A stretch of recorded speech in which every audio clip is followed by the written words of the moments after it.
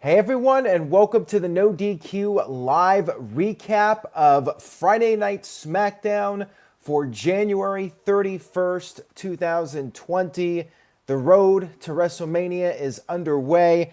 This wasn't just any Smackdown. No. Ladies and gentlemen, this was a super Smackdown because the Super Bowl is this Sunday. A special Super Smackdown. Was it better than usual? Let's go ahead and get to the recap. We kicked off SmackDown with the big dog, Roman Reigns.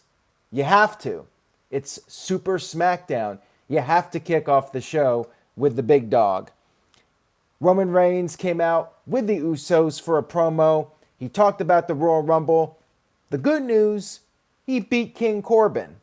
The bad news, he lost the Rumble. He said he's going to bounce back and he's going to get through the King and the King's bitches. King Corbin came out and said that Reigns could not beat him at the Royal Rumble without his cousins, the Usos. And Corbin added that if the Usos did not attack him, he would have also won the Royal Rumble match. Usos shot back at Corbin, saying he is playing checkers while they are playing chess. Corbin said that, yeah, you guys have been playing games because they had nothing else better to do since they were embarrassing their family. Little reference to the DUI arrest from last year. Corbin then showed footage that we've seen like half a dozen times now of Roman Reigns being force-fed the dog food. Roman Reigns talked about how Corbin is living in the past and suggested an idea for the main event, which was a rematch from last week's six-man tag team match. Roman Reigns said that the loser of this six-man tag team match would have to eat dog food. Corbin accepted the offer, and Roman expected this match stipulation to be accepted because we immediately had a guy come out with this cart of cans and cans of dog food with a big bowl of it on top of that. Roman then referred to Corbin as fetish boy, I guess because Corbin is so obsessed with dog food and whatnot. And this was the setup for our main event, the dog food match stipulation that we've all been waiting for. We'll get to that here in just a few minutes. We had a fatal four-way tag team match to determine who will face the New Day at the upcoming Super Showdown pay-per-view. We got Super Smackdown, Super Showdown. Are we going to have a Super WrestleMania? Only time will tell. So it was, excuse me, got something in my eye here. Not sure if a bug flew in it. We're live, pal. So we had Heavy Machinery versus Revival versus Lucha House Party versus The Miz and John Morrison. Power Packers 90 with a $2 super chat says, not a gimmick match to watch when sick as hell, LOL. Good point there, Power Packers 90. And I saw a lot of people on Twitter saying that the match was making them feel a little bit nauseous. And I like Kayfabe Candy Ass's comment about how the dog food being all over somebody looks like a night after the Usos have been partying for several hours. Mo Camera with a $2.79 super chat donation. My eye is the heel of tonight, I gotta tell you guys. Something flew in my eye. I'm not sure if it was a bug or something. But now my eye is going to be defective for the rest of this video, it looks like. Hopefully not. Mo Camera with a $2.79 super chat says, Roman Reigns gets the most segments but still can't draw. Our resident troll, Mo Camera, you are officially the troll of NoDQ.com because Virtue likes to slay trolls, and he feels like he's got to have a comeback for everything you say. Mo Camera, you are the resident No DQ troll. Congratulations, and thank you for the super chat. So we had this fatal four-way tag team match. Really good match, actually. I did enjoy it. It was fast-paced. Everybody got to shine in this match. It was fun. Lucha House Party even got some moments in this. Morrison and Otis had a nice little sequence where Morrison was kicking Otis and Otis started Otising up, took off his shirt, getting jiggy with it, and then Otis hit both Miz and Morrison with a double caterpillar. Lince Dorado, like I said, had some moments in this match. He went for a third moonsault. He hit two of them, but then the third one was not a success. And then we had Dawson come in, and then they hit the superplex and splash combo, Dawson and Wilder. Miz stopped the pin attempt. Miz then hit the skull-crushing finale onto Dawson, and Morrison hit the Starship Pain to pick up the victory over Scott Dawson. Lots of talk about the Revival. Looks like they're on their way out. It's been back and forth. They ask for their release. They get a push. They apparently ask for their release again. And I guess they're just on their way out now, unless something changes and they decide to stay with WWE. But like I said, fun match here. Miz and Morrison will face the New Day in Saudi Arabia at the Super Showdown. Next week, we will have the return of the Dirt Sheet. Miz and Morrison bringing back their series from the 2008-2009 period when they were a tag team. Backstage, we had Mandy Rose. She came up to Otis and said sorry about the loss, but then she also thanked Otis for helping him at the Royal Rumble, or helping her at the Royal Rumble, I should say. That's when we had Tucker tell Otis, now's the time, you got to make your move. Otis, he got the courage to ask Mandy Rose out on a date. Mandy said, unfortunately, she's busy next Friday. And I'm like, well, duh. Friday nights, you got Smackdown. You're always going to be busy on Friday nights.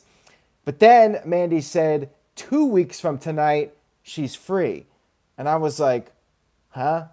So she's busy Friday night next week, which is SmackDown. But 2 weeks from tonight on SmackDown, when she should be working, she's free.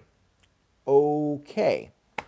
She should have just said, you know what? Why don't we just do it Valentine's Day and make it extra fun? I don't know. I just thought this was kind of lame, the way this was answered by Mandy. But overall, I like the setup for this, you know. I thought Otis was great and should be an interesting segment in 2 weeks, Valentine's Day. Mandy Rose and Otis going out on a date. I'm looking forward to it. We had a recap of the strap match between The Fiend and Daniel Bryan at the Royal Rumble. And there was an interview with Daniel Bryan from after the match. And he talked about his passion for wrestling. And the cameras showed all the bruises on his back from the leather strap. And he said that he prays that his daughter will find something in her life that she loves just as much as wrestling. Then it was announced that next week, Daniel Bryan will be live on SmackDown. I guess that's what we'll see what happens there with Daniel Bryan and what's the follow-up. Where does he go from here? We'll find out next week. We had a tag team match, players. This was a tag team heavy edition of SmackDown, Super SmackDown, so you gotta have more than just singles matches. We had Nikki Cross and Alexa Bliss up against Mandy Rose and Sonya Deville. Twisted Bliss from Alexa Bliss picked up the victory over Mandy. And then it was teased by the commentators that Nikki and Alexa could be challenging the Kabuki Warriors for the tag team titles very soon. And let's face it, there's not a lot of teams around right now in the women's division, so it's got to be somebody, right? You got to set up something. And when was the last time? I think TLC was the last time that we had the women's tag team titles defended, so got to do something. We had the Intercontinental Championship match between Braun Strowman and the champion, Shinsuke Nakamura. the announcers made a big deal about how long Shin has been the IC champion. And usually that means title change when the announcers talk about this guy's been champion for so-and-so amount of days. Usually that's the setup for them losing. Sami Zayn interfered several times during the match. However, it was not enough. And actually, Sami Zayn's interference backfired on them because Sami exposed the turnbuckle when the referee wasn't looking. However, Strowman reversed it and Shin went into the exposed turnbuckle and Strowman hit the running power slam to become the brand new Intercontinental Champion, his first championship reign as a singles competitor in WWE. Braun Strowman with his first singles title. And I wish I could say I cared more about this, but I really don't. Strowman should be doing more than just being the IC champion, but WWE gave up on him a long time ago as far as being the guy. And, you know, he's just the Big Show 2.0. That's what he is. So it's like, whatever. Happy for the guy, though, I guess. Don't know what he can really do with the IC title, but we'll see. Harold Warren with a $10 super chat. Thank you for that, Harold. He says, overall, SmackDown was hit or miss. I'm just saying. IJS, which I think is I'm just saying. I'm not sure if he meant SmackDown was a hit or miss. He said, overall, SmackDown was hit or miss. So I'm not sure what he meant by that, but I will get to my letter grade here in just a few moments for SmackDown. And thank you very much for that super chat. I very much appreciate it. We had Sami Zayn freaking out backstage, upset over the title loss. Hoof Hearted sent a super chat that I missed, apparently. Let me see if I can find that real quick, guys. Hoof Hearted. Okay, I am not seeing that super chat, Hoof Hearted, so I don't think it went through. My apologies if it did, but I am not seeing it here, so I'm going to move on here. We had Sami Zayn backstage, upset. He was interrupted by Elias. Elias said that nobody wants to hear Sami talk, and Sami was like, you need to put the guitar down. You got to shut your mouth. So Elias was like, all right, go ahead. Sami started to resume his promo, and that's when Elias cut him off again with the guitar strumming. Elias thought that Sami was done with the promo. Sami then asked Cesaro to go to the ring and take care of the situation. Cesaro ran down. There was a brief brawl between Cesaro and Elias. Elias got the best of Cesaro. And that was that. That was the end of the segment. Does this mean we're going to have Cesaro versus Elias next week? Highly likely in all likelihood. Or maybe in 2 weeks for Valentine's Day.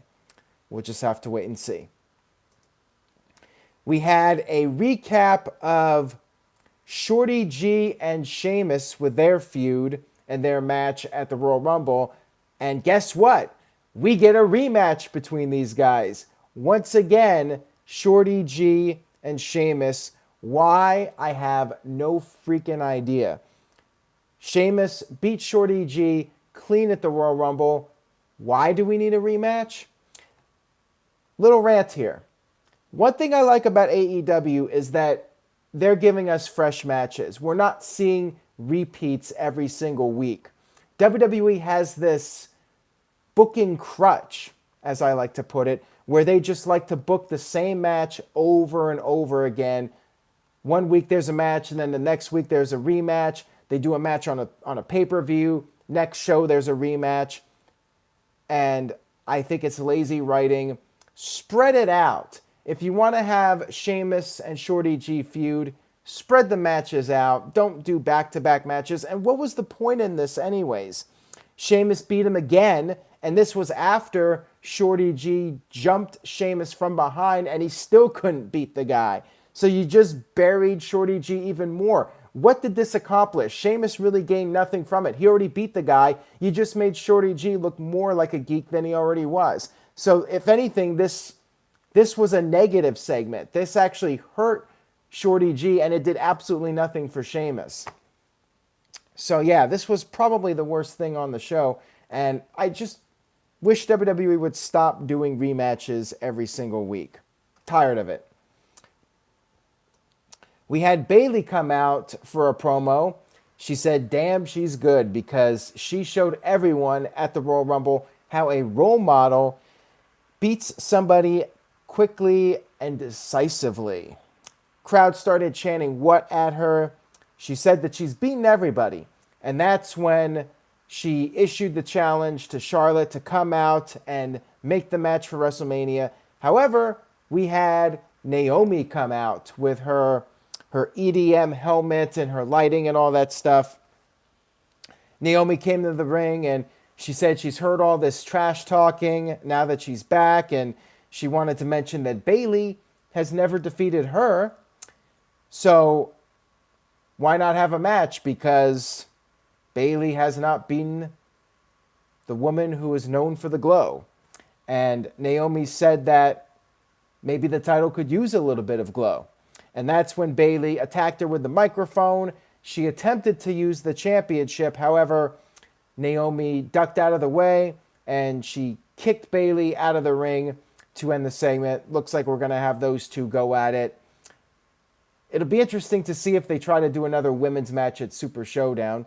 We'll have to wait and see if that happens. But what would Naomi wear? I guess she could wear some kind of variation of her glow outfit. Full body suit, I suppose. Or maybe they just do the match on SmackDown or Elimination Chamber. I keep forgetting Elimination Chamber is coming up, so we got that as well. My guess is that will be when we see Bayley versus Naomi, or WWE may just get it done right away and blow it off in 3 weeks. Who knows? We had our main event, which was the 6-man tag team match. Roman Reigns, the Usos, up against King Corbin, Dolph Ziggler, and Bobby Roode, or Robert Roode. Hoof-Hearted finally got in that $2 super chat. Says, I said, why are we watching the same Morrison from 2011? Because WWE or John Morrison, they don't really want to take any chances. I like John Morrison's music. I know some people think he should have had an updated theme, but I like the old school music, and he's got to go with what works for him, you know? He could evolve the character, and ultimately the biggest stars in wrestling have evolved their characters, and yeah, Morrison is pretty much the same exact character as he was in 2011, but he hasn't been around for a while, so I think it's okay for now. Maybe we'll see him change things up in 6 months. Maybe he just wanted to come back with that 2011 character as a reintroduction, and he's going to do something different in 6 months. Who knows? Anything's possible. So we had the main event, and Robert Roode was wearing long tights. I'm not sure if I've ever seen him wear long tights before. We had the dog food moved from the stage area to the ringside area. And Roman Reigns picked up the victory over King Corbin with a roll-up. After the match, Corbin tried to escape. However, the Usos handcuffed Corbin, just like Corbin did to Reigns several months ago, or 2 months ago. We had Roman Reigns spear Corbin, and then they wrapped him around the ring post. Same thing that happened to Reigns 2 months back. And then they took the cans of dog food, they threw it in his face, they tried to spoon feed him, and then they took the big pots of dog food and dumped them over the head of King Corbin. The announcers were freaking out over this. Vince McMahon was backstage. This is some good shit, pal. Ha ha ha. The game is on 100 with a $2 super chat. Says, finally, the King Corbin and Roman Reigns feud ends. Thank God it's over. Yeah, this was a nice way to end it, you know. Corbin got his just desserts. He got what was coming to him. What goes around comes around, as the saying goes. So yeah, this should really be it for the feud. Hopefully this is the end, and we see them move on to something else. Mike B says the dog food is more over than the revival. Well, maybe the dog food's more over than EC3 at this point. Poor EC3. So that was SmackDown, everybody. I thought the show was okay. Was it a super SmackDown? Not so much. I think this was a very polarizing SmackDown. I think people either really liked it or really hated it. I thought it was all right. I mean, I wasn't bored with it, but I also wasn't like, this is the greatest thing I've ever seen. The best match on the show, in my opinion, was the Fatal 4-Way Tag match. I'm going to give it a C+, slightly above average. The dog food thing was somewhat memorable, but there were some things on the show that I thought it was a waste of time. In particular, the Shorty G and Sheamus stuff. Let's see what you guys thought. People's WWE channel with a C. Curtis Butler with a C. Kev Dog, C+. Tic Tat Tat with a B-. Joseph with an A-. Mike B with a B. And Daniel Sims gives SmackDown a C. And Matt Helms gives SmackDown a C+. Kayfabe Candy Ass says a D. Nothing program. And Hoof Hearted with a D. Christopher Willis says, I did not even watch SmackDown. I'm just here to listen to Aaron's review. Thank you for that, Christopher. I do appreciate it. And thank you guys for tuning in to all the live streams. I appreciate it. Make sure you guys check out the No DQ review. I really enjoy going live with everybody. And we will be back this Thursday, 7 p.m. Eastern, 4 p.m. Pacific for the No DQ review. And enjoy your Super Bowl weekend for those of you that are football fans. I hope you guys have a good time and have some family time and all that good stuff. And I will be back Monday. We got Raw, we got AEW and NXT. We got a lot of stuff to cover next week. We got Super Showdown coming up. We got AEW Revolution. Plenty of stuff. Stay tuned to NoDQ.com for the very latest wrestling news and rumors. And I will see you guys next time.